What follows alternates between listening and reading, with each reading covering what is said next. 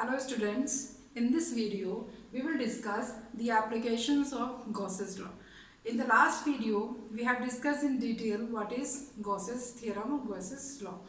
There are three applications of Gauss's law. First we will discuss here. This is the electric field due to infinitely long straight charged conductor or wire. मतलब क्या हुआ कि इसमें Gauss's law की तीन applications हैं. उसमें सबसे पहले हम एप्लीकेशन डिस्कस करने जा रहे हैं कि हमें इलेक्ट्रिक फील्ड निकालना है. सिंगल चार्ज का नहीं, दो चार्जेस का नहीं, डायपोल का नहीं, किसका? इनफाइनाइटली लॉन्ग चार्ज्ड कंडक्टर है, वो भी स्ट्रेट है, मतलब एक वायर है या फिर कोई भी स्ट्रेट कंडक्टर है, पूरे पे चार्ज है, उसकी वजह से हमें इलेक्ट्रिक फील्ड निकालना है. तो let's draw the diagram first. Just focus on it. It's very important part. This is the given conductor. Suppose, unless it is not mentioned, we have discussed it earlier, the charge is to be taken to be positive. This is the infinitely long straight wire and we have taken the length L of that infinite wire. मतलब इसका कोई and नहीं है, infinity तक जा रहा है, उसकी हमने एल लेंथ कंसिडर कर ली है. ठीक है. और इस एल लेंथ पर जो चार्ज है टोटल, दैट इज से q. Q is the charge on this length. तो there is a term I am going to define, that is charge density, linear charge density. First हम इसको define कर लेते हैं, मतलब बता देते हैं क्या होती है लीनियर चार्ज डेंसिटी. डेंसिटी का मतलब क्या होता है? जनरली हमें बात करते हो तो कहते हैं कि मैम मास पर unit volume. No, that is the mass density.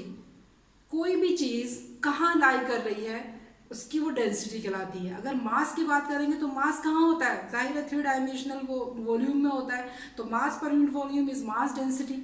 और हम बात कर रहे हैं यहाँ पे चार्ज डेंसिटी की, तो इस लेंथ पर चार्ज लाई कर रहा है, तो charge is lying on this length L.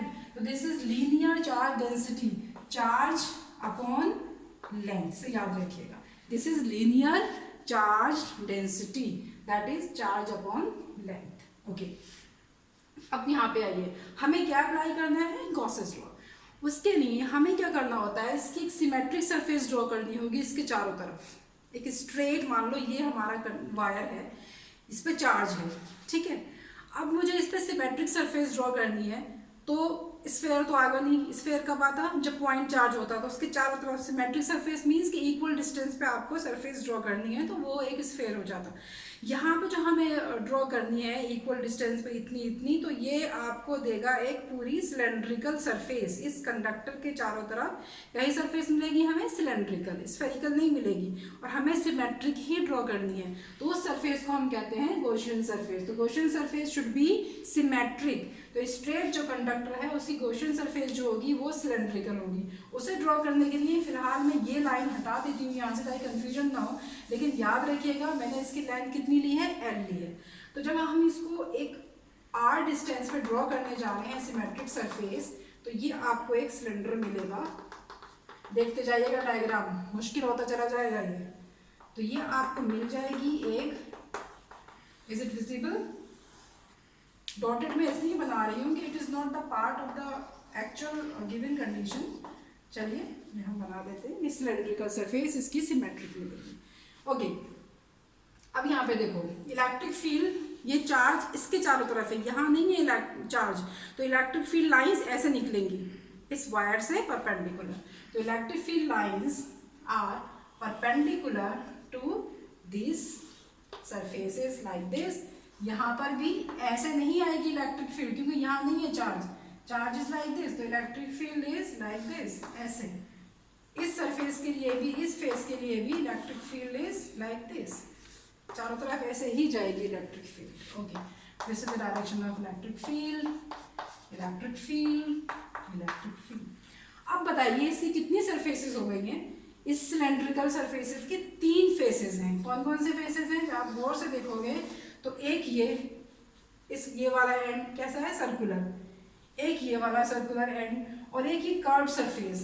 एक ये कर्व सरफेस, एक ये सर्कुलर एंड और एक ये सर्कुलर एंड। तो हमारे पास तीन फेसेस इसके हैं। तो मैं यहाँ पे इसको 1 कह देती हूँ सरफेस को, और ये पूरी जो सिलेंड्रिकल कर्व सरफेस है इसको मैं सरफेस 2 कह देती हूँ, और ये जो सर्किल है हमारा इसको हम कह देते हैं 3rd। ठीक है, डायग्राम पे थोड़ा फोकस करो। इसकी हम बात करते हैं। एक ये फेस है सर्कुलर, एक ये पूरी कर्व सरफेस है इसकी सिलेंडर की, और एक ये वाला सर्किल है। अब यहाँ पे जो फील्ड है ये परपेंडिकुलर है इसके, इस सरफेस पे भी फील्ड ऊपर है, इस पे भी ऊपर है। अब हम ड्रॉ करने जा रहे हैं तीनों फेसेस पे नॉर्मल। तो जब इधर नॉर्मल ड्रॉ करेंगी आप तो वो इधर आएगी। Normal is in this direction to this on this face, normal n cap. याद है एरिया वेक्टर पे जो नॉर्मल ड्रॉ करते थे वो ऐसे आएगी इधर। तो in on first surface this is n cap, और एन कैप और ई में एंगल कितना है इस सरफेस के लिए, जाहिर है दिख रहा है हमें 90 डिग्री।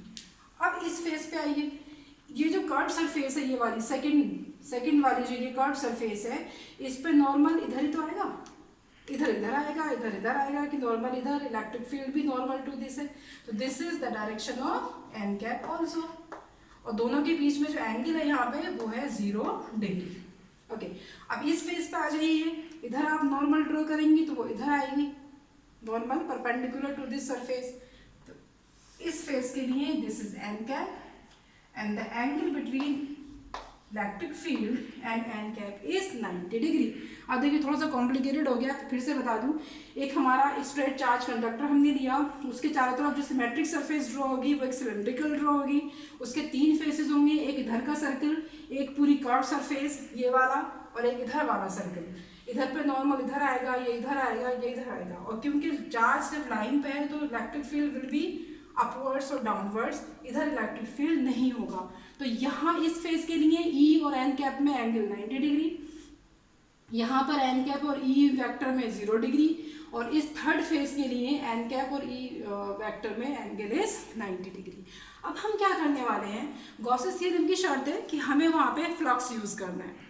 टोटल फ्लक्स, एक गॉसेस लॉ जो है वो total flux Q by epsilon not होता है, और एक हमें निकालना है जो आपका फ्लक्स का बेसिक फॉर्मूला था E डॉट डी एस करके। तो हम उससे हम निकालेंगे। तो हमारे पास 3 सरफेसेस हैं, 1 2 3। तो बारी बारी से flux due to first surface, flux due to second surface, flux due to third surface, और फिर टोटल फ्लक्स के लिए क्या करेंगे, टोटल फ्लक्स के लिए तीनों सरफेसेस के फ्लक्स को हम कर देंगे ऐड। ओके, तो basically application of Gauss's law में हमें करना क्या है, हमें इलेक्ट्रिक फील्ड निकालना है। तो उसके लिए चलिए हम डेरिवेशन स्टार्ट करते हैं। डायग्राम पे फोकस रखिएगा अपना। और हमने charge density, linear charge density Q by L हमने लिया था, यहाँ से हम L ले सकते हैं। L क्या हो जाएगा यहाँ से, L will be Q by lambda. This is equation 1। अब हम गॉसेस थ्योरम, गॉसेस लॉ लगाएंगे, और उसके बाद हम फ्लक्स वाला फॉर्मूला लगाएंगे बेसिक का। तो total flux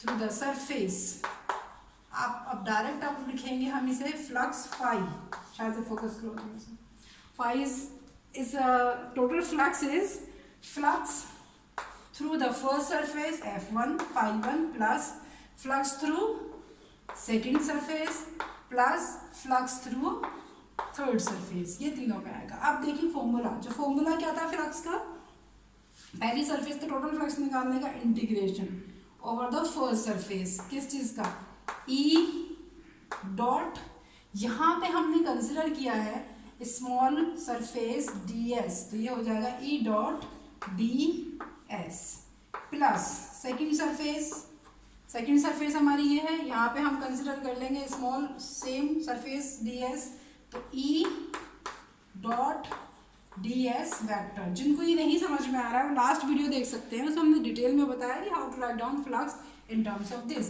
plus flux through third surface क्या हो जाएगा, सिमिलरली हम यहाँ पे कंसिडर कर लेंगे स्मॉल ds, तो what will be this, E dot ds। अब इन दोनों को हम एक्सपेंड करेंगे और इन दोनों के बीच का एंगल जो होता है वो हम बताएंगे E ds। ds वेक्टर की डायरेक्शन क्या होगी, जो एन कैप की है, क्योंकि ये हम बता चुके हैं पहले, और E यहाँ पे जा रहा है, एंगल कितना है 90, तो इसको एक्सपेंड करके आप क्या लिखेंगे, E ds cos 90 plus second surface का बताइए। सेकंड सरफेस है ये एन कैप डी एस की डायरेक्शन वही होती है जो एन कैप की होती है, और ई वेक्टर ये है। इन दोनों के बीच का एंगल कितना है? 0 डिग्री। तो क्या लिखेंगे? E D S cos 0 degree plus, अब आइए आप थर्ड पे, थर्ड वाला है ये, इसमें डी एस की डायरेक्शन क्या जो एन कैप की, और ई वेक्टर ये है, तो दोनों के बीच में एंगल कितना है? Again 90 degree. तो ई डी एस कॉस 90 ये हो गया। अब आप देखो कॉस 90 क्या होता है? 0, तो ये 0 हो जाएगा, प्लस कॉस 0 होता है 1, और इलेक्ट्रिक फील्ड है यूनिफॉर्म, तो इलेक्ट्रिक फील्ड आप ले लेंगे यहाँ से बाहर, surface 2 into D S plus again cos 90 0। तो ये हमारे पास आ जाता है। This is what? This is total flux. अब आप देखो कि यहाँ पर इलेक्ट्रिक फील्ड तो ये आ जाता है, ब्रैकेट में है ds। ds क्या है? तो छोटा सा सरफेस एरिया, इस कर्व सरफेस जो सिलेंडर है इसका, उसका इंटीग्रेशन का मतलब है टोटल कर्व सरफेस एरिया क्या होता है? 2 पाई आर एल। आर क्या होती है? Radius of the cylinder. L क्या है इसकी? जो हमने स्टार्टिंग में ही ली थी, मैंने रफ कर दिया था थोड़ा सा, एल इज द लेंथ। तो ds means total curve surface area of the cylinder and that is 2 pi r L. तो यहाँ पे ब्रैकेट में हम लिख देंगे, क्या लिखेंगे? 2 pi r l is equal to, अब एल की जगह आप रख दीजिए जो आपका लेंथ है ये, तो ये क्या थी? 2 pi r into q upon lambda. This is equation second. यहाँ तक समझ लें आप, इसको फोकस करके देख लें, हैंड टू हैंड लिखते जाएं, और अब हम इसके आगे क्या करना है वो हम देखेंगे। तो लीनियर चार्ज डेंसिटी, उससे एल निकाला, फ्लक्स 3 सरफेसेस का लिया, उसको ई डॉट डी एस की फॉर्म में लिखा, एंगल मेंशन करें, 90 90 0 होता है, 0 cos 0 1 होता है। डी एस मीन्स क्योंकि सेकंड सरफेस यहाँ पे आ रही थी तो उसी का कर्व सरफेस एरिया टोटल लिया है, that is 2 pi r L. L को हमने फर्स्ट इक्वेशन से रिप्लेस किया और ये हमारे पास आ गई। अभी हम डेरिवेशन के बहुत करीब है, हमें कुछ नहीं करना, हमें डायरेक्ट गॉसेस लॉ यूज़ करना है, दोनों को इक्वेट कर देना है। ये टोटल फ्लक्स हमने बेसिक मेथड से निकाला है, अब टोटल फ्लक्स हम लिखेंगे गॉसेस लॉ से, फिर दोनों को इक्वेट करेंगे। Now using Gauss's law, phi is equal to total flux is q upon epsilon naught. Okay, अब क्यू यहाँ पे लाई कर रहा था और इसको आप सिलेंडर ने अपने अंदर रख लिया, तो हम इसे गॉसेस लॉ का अप्लाई कर सकते हैं। अब क्योंकि सेम तरीके से हमने इसका ये निकाला था, ये निकाला था, total flux should be same from both equations. तो इक्वेटिंग सेकंड एंड थर्ड हम इक्वेट करेंगे। सेकंड क्या थी हमारे पास? ये इक्वेशन है, E into 2 pi r l upon 2 pi r q upon lambda is equal to क्या? Q upon epsilon. Now you see Q से Q कैंसिल हो जाएगा, and E from here is lambda upon 2 pi epsilon naught into R. This is the expression of electric field due to a straight charged conductor of infinite length। लेकिन आप देखो कि इसमें length कहीं आ ही नहीं रही है, इसका मतलब क्या हुआ कि लेंथ आप चाहे फाइनाइट लेके करें चाहे इनफाइनाइट लेके करें, you will get the same formula where lambda is the linear charge density, epsilon naught stands for free space and r is the distance at which you are going to find out the electric field at a distance r। ठीक है, it's all about the application of Gauss's law to find out electric field due to straight conductor. In the next video, we will discuss second application of Gauss's law, that is electric field due to a charged infinite sheet. Hope you enjoy the video. Take care. Bye.